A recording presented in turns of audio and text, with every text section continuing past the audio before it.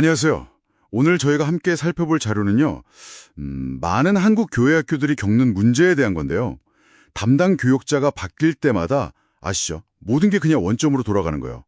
이걸 리셋 버튼 증후군이라고 부르던데 마치 모래 위에 집 짓는 것 같다는 생각이 들어요. 아, 네, 맞습니다. 그 리셋 문제요. 근데 이 자료들은 그냥 문제다, 여기서 끝나는 게 아니라 좀 구체적인 대안을 제시하고 있어요. 그러니까 특정 사람한테만 너무 기대는 구조 말고 시스템을 만들고 평신도가 주도하고 또 가정이 같이 참여하는 그런 지속 가능한 모델을 제안하더라고요. 청사진처럼요. 오, 시스템 중심? 평신도 주도? 가정 연계라? 흥미로운데요? 근데 그 리셋 버튼 증후군, 이게 구체적으로 어떤 안 좋은 영향을 준다고 분석하던가요? 그냥 계획 좀 바뀌는 정도는 아닐 것 같은데? 네, 그게 생각보다 심각하더라고요. 당장은 뭐 비전이 흔들리나 사역 방향 바뀌나 싶지만요. 길게 보면 교사들하고 아이들 관계도 자꾸 끊어지고 또 그 전에 했던 사역 노하우나 자료 같은 거 있잖아요. 그런 자원들이 그냥 다 사라져 버리는 거죠. 낭비되는 거예요. 결국엔 막 열심히 했던 교사들이 지치고 소진되는 그런 악순환으로 간다고 지적해요. 아, 관계 단절에 자원 낭비, 교사 소진까지. 정말 심각하네요. 물론 뭐 저출산이나 세속주의 같은 외부 문제도 있겠지만 근본 원인은 다른 데 있다고 보는군요. 네, 그렇죠. 사실은 다음 세대 사역이 중요하다고 말은 하지만 실제 교회 운영에서는 그게 최우선 순위가 아닌 구조적인 문제, 그리고 또 교육자 한 사람의 능력에 그냥 모든 걸 맡겨버리는 그 모델 자체가 문제라고 보는 것 같아요. 아, 구조적인 문제와 그 의존성. 그래서 대안으로 시스템을 딱 강조하는 거군요. 그럼 그 시스템의 첫 번째 기둥으로 흔들리지 않는 비전, 이걸 꼽던데요. 이게 정확히 뭔가요? 네, 그건 바로 부서 헌장을 만들자는 거예요. 그러니까 교육자가 뭐 1년, 2년 만에 바뀌더라도요. 그 부서가 가진 신학적인 바탕이나 사명, 핵심 가치, 또 장기적인 교육 목표 같은 거 있잖아요. 이런 부서의 정체성만큼은 흔들리지 않게 딱 글로 정해놓자는 거죠. 명문화하는 거예요. 부서 훈장이라. 근데 중요한 건요, 이걸 그냥 만들어서 서랍에 넣어두는 게 아니라 교회 전체의 공식적인 승인을 받아서요, 이게 그냥 그 담당 교육자 개인의 비전이 아니라 우리 교회, 우리 공동체 전체의 비전이 되게끔 해야 한다는 점이에요. 그래야 누가 오든 그 방향성이 유지될 수 있다. 뭐 이렇게 자료들은 강조하더라고요. 아, 개인의 비전이 아니라 공동체의 비전으로 만든다. 그게 핵심이네요. 하긴 비전만 있다고 다 되는 건 아니겠죠. 두 번째 기둥이 권한을 부여받은 사람이던데 여기서 특히 평신도 리더, 그러니까 부서 부장 역할이 크게 달라지는 것 같아요. 기존 방식하고 어떻게 다른 건가요? 네, 이게 아주 핵심적인 변화인데요. 이 시스템 안에서는 교육자는 아무래도 설교나 성경 공부 같은 그런 영적인 공급, 그리고 전체적인 비전 제시, 여기에 더 집중하게 되고요.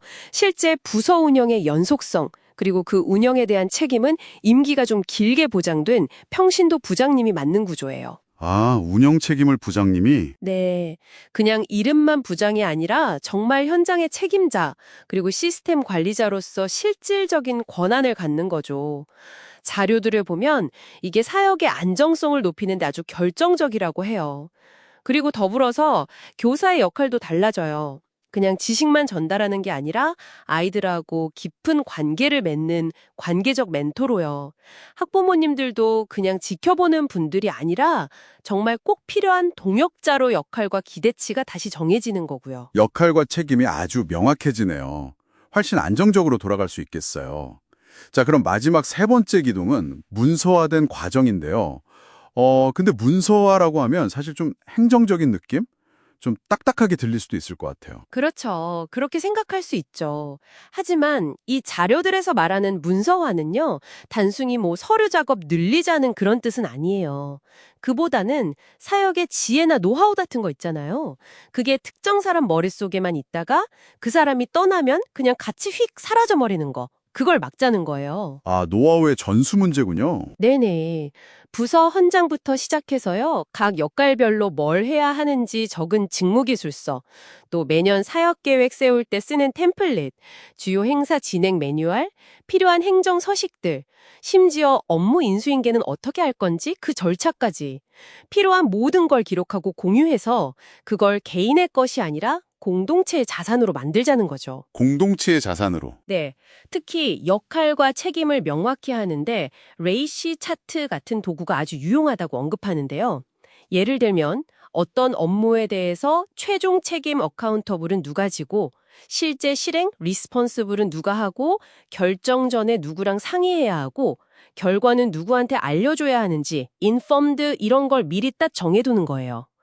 이게 있으면 혼란이나 잠재적인 갈등 같은 걸 줄이고 협력도 훨씬 잘 된다고 하더라고요. 그렇군요. 노하우를 쌓고 또 협력도 잘 되게 한다. 문서화가 그런 깊은 뜻이 있었네요. 그럼 정리를 좀 해보자면 오늘 살펴본 자료들은 결국 교회 학교가 겪는 그 리셋 문제를 해결하려면요. 어떤 카리스마 넘치는 한 사람한테만 의존하는 그런 불안정한 무대가 아니라 누가 오고 가든 상관없이 다음 세대를 안전하고 꾸준하게 품을 수 있는 아주 견고한 방주를 만들어야 한다. 즉, 시스템을 구축해야 한다고 아주 강력하게 제안하는 거네요. 네, 맞습니다. 바로 그겁니다. 그 시스템이라는 방주는 결국 세 개의 기둥 위에 서는 거죠. 부서 헌장이라는 흔들리지 않는 방향타, 그리고 권한을 부여받은 부장 중심의 안정적인 리더십 구조, 마지막으로 모든 과정을 담아내는 운영 매뉴얼이라는 이 세 가지 튼튼한 기둥이요. 물론 이게 단기간에 팍 성과를 내는 그런 일은 아니겠죠. 좀 장기적인 안목이랑 꾸준한 노력이 필요할 겁니다. 듣고 보니 이 이야기가 꼭 교회학교에만 해당하는 건 아닐 수도 있겠다 이런 생각이 드네요. 여러분이 속한 조직이나 공동체는 어떤가요? 리더가 바뀔 때마다 얼마나 많은 것들이 같이 흔들리나요? 그리고 우리는 정말 미래를 위해서 지속 가능하고 견고한 시스템을 만들어가고 있는지 한번 스스로 물어볼 필요가 있을 것 같습니다. 다음 세대 혹은 우리 조직의 미래를 위한 방주를 짓는다는 것이 구체적으로 어떤 의미일지 각자의 자리에서 한 번 더 깊이 고민해 보시면 좋겠습니다.